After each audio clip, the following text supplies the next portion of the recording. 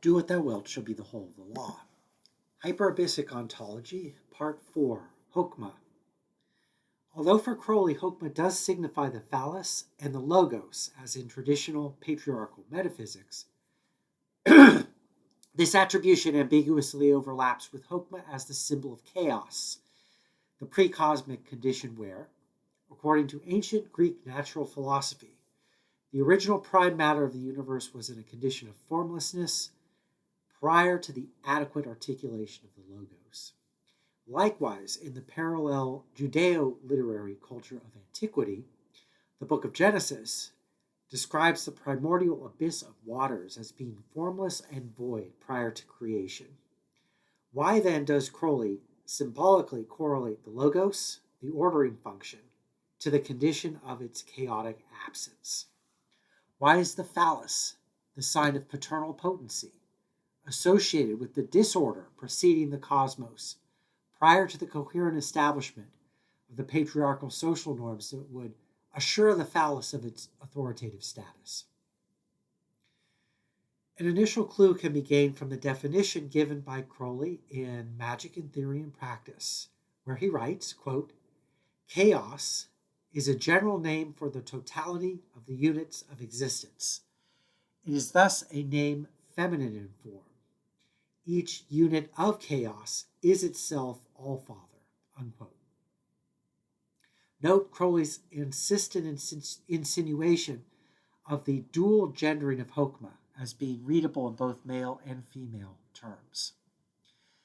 The units of existence referred to are those described in the Book of the Law by way of the symbolism of the solar stellar hadid, that is, the flame that burns in every heart of man and in the core of every star, chapter 2, verse 6, described as atomically not extended, chapter 2, verse 2.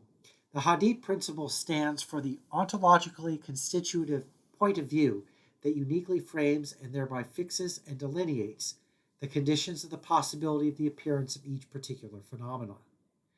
The totality of instantiations of the hadid principle, consisting in the infinite set of all possible particulate or independently distinguishable phenomenon, constitutes the metaphorical star field of the company of heaven, populating the interstices of the body of Nuit, symbolized by the space-time continuum, whose quantum field fluctuations give rise to quantized particles. In turn, the permutations of the interactions of these minute packets of energy generate the plurality of physical forms, up to and including the stars and planets. The starfield symbolism of the Book of the Law aligns neatly with the planetary attributions of the Tree of Life if Bina is read as corresponding to Saturn, Chokmah to the sphere of the fixed stars, and Kether to the prime mover.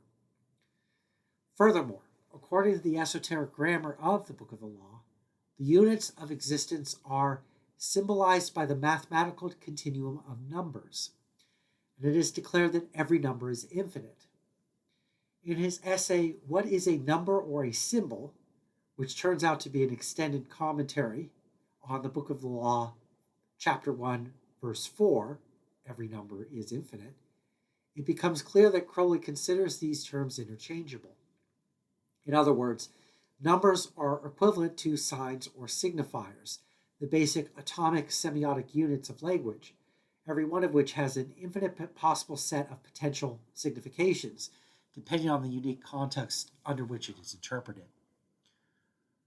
In this essay, Crowley writes, quote, "We may now return to our text, every number is infinite.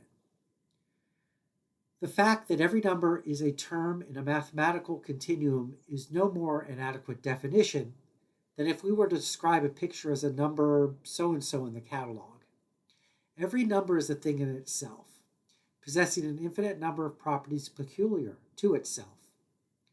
We can go further and state that any number soever possesses this infinite variety of powers to transform any other number, even by the primitive process of addition. We observe also how the manipulation of any two numbers can be arranged so that the result is incommensurable with either, or even so that ideas are created of a character totally incompatible with our original conception of numbers as a series of positive integers. We obtain unreal and irrational expressions, ideas of a wholly different order, by a very simple juxtaposition of such apparently comprehensible and commonplace entities as integers. There is only one conclusion to be drawn from these various considerations. It is that the nature of every number is a thing peculiar to itself, a thing inscrutable and infinite, a thing inexpressible even if we could understand it. In other words, a number is a soul, in the proper sense of the term, and unique and necessary element in the totality of existence, unquote. Here is Crowley's post-metaphysical definition of the concept of a soul. I would argue that when he writes that every number is inexpressible, Crowley does not mean in this context that their ultimate meaning resides beyond language, grounded in the supernatural transcendence of traditional Christian-Osirian negative theology. Rather, he means that every number has no ultimately definable meaning. Language is ontologically incomplete. There can always be more meaning, and every semiotic unit is thereby free or not subject to ultimate determination in terms of the larger language system of which it is a component. Likewise, for Jacques Lacan, the symbolic order of language is abyssal and ungrounded, based on social conventions that are historically contextual and situationally mutable. Lacan explains the inherent linguistic crisscrossing of the symbolic order that generates meaning as follows, quote, "The symbolic system is extraordinarily intricate. Every easily isolatable linguistic symbol is not only at one with their totality, but is cut across and constituted by a series of overflowings, of oppositional overdeterminations, which place it at one at the same time in several registers. This language system within which our discourse makes its way is in it something which goes infinitely beyond every intention that we might put into it. It is precisely these ambiguities, on these riches already involved in the symbolic system as it has been constituted by the tradition in which we as individuals take up our places. It is on these functions that the analytic experience plays. At every moment, this experience consists in showing that the subject, that he is saying more than he thinks he is," unquote. That's from the Seminars of Jacques Lacan, Book 1, which is on Freud's papers on technique. The subject, according to Lacan, is not only cut across but also constituted by the interpolation of the logos of the symbolic order. Human subjectivity, or the experience of psychic interiority,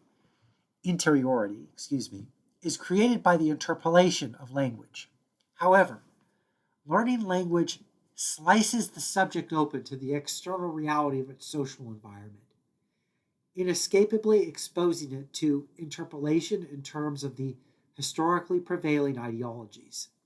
However, the incomplete and non-totalized ontology of the symbolic order has important implications regarding the subject's social construction in terms of the historically prevailing ideology of patriarchy.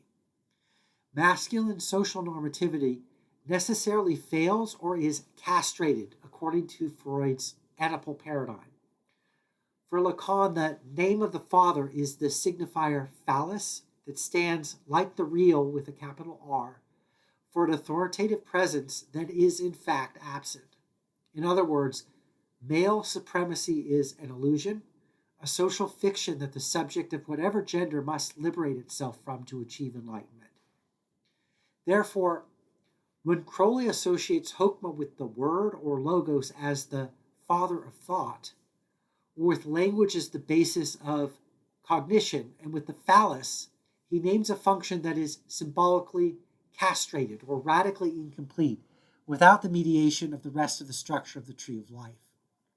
For the All-Father corresponding to Chokmah is Amfortas, the Fisher King, magically wounded by the phallic spear of Longinus that pierced the side of Christ. His wound can only be healed by the Holy Grail, the divine feminine, thereby regenerating the wasteland, the lands of the Fisher King, made barren by his wounding. This mythology is the source of the title of T.S. Eliot's famous poem. The world devastated by the structural violence of patriarchy can only be healed by rapprochement with the disavowed other sex. This is what Crowley means when he cryptically remarks that Chokmah can only be accessed when Babylon Binah offers it the elixir of life of the Holy Grail, the Shakti of Hercules, to reawaken the eld of the All-Father. Likewise, the primordially castrated status of the phallus facilitates queer and trans modalities of sacred jouissance. This can be glimpsed in Crowley's attribution of the original being to Zeus Auren-Othelus, an ancient cultic form of the deity worshipped as both the divine father and mother, as well as in Crowley's description of the formula of the Aeon of Horus as two sexes in one person. The Thelemic holy book Liber B Vel Magi, which is said to be sealed in the word chaos, describes the magical function of the magus, whose grade corresponds to Chokmah. It is written in this book that by his wisdom made he the worlds. The word that is God is none other than he. Yet, in the beginning doth the magus speak truth, and send forth illusion and falsehood to enslave the soul. Yet therein is the mystery of redemption. Language is the basis for discriminating truth from falsehood. But falsehood is also only possible because of language. Only because subjectivity occurs within language can something like truth and falsehood be said to matter to us.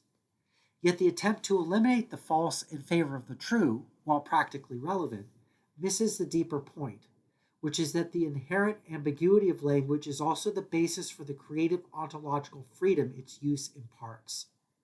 For the monotheistic male god whose phallic potency signified the authority to establish truth is dead, and the patriarchal authority of Osirian ideology is impotent, and therefore there is no law beyond do what thou wilt. Love is the law, love under will.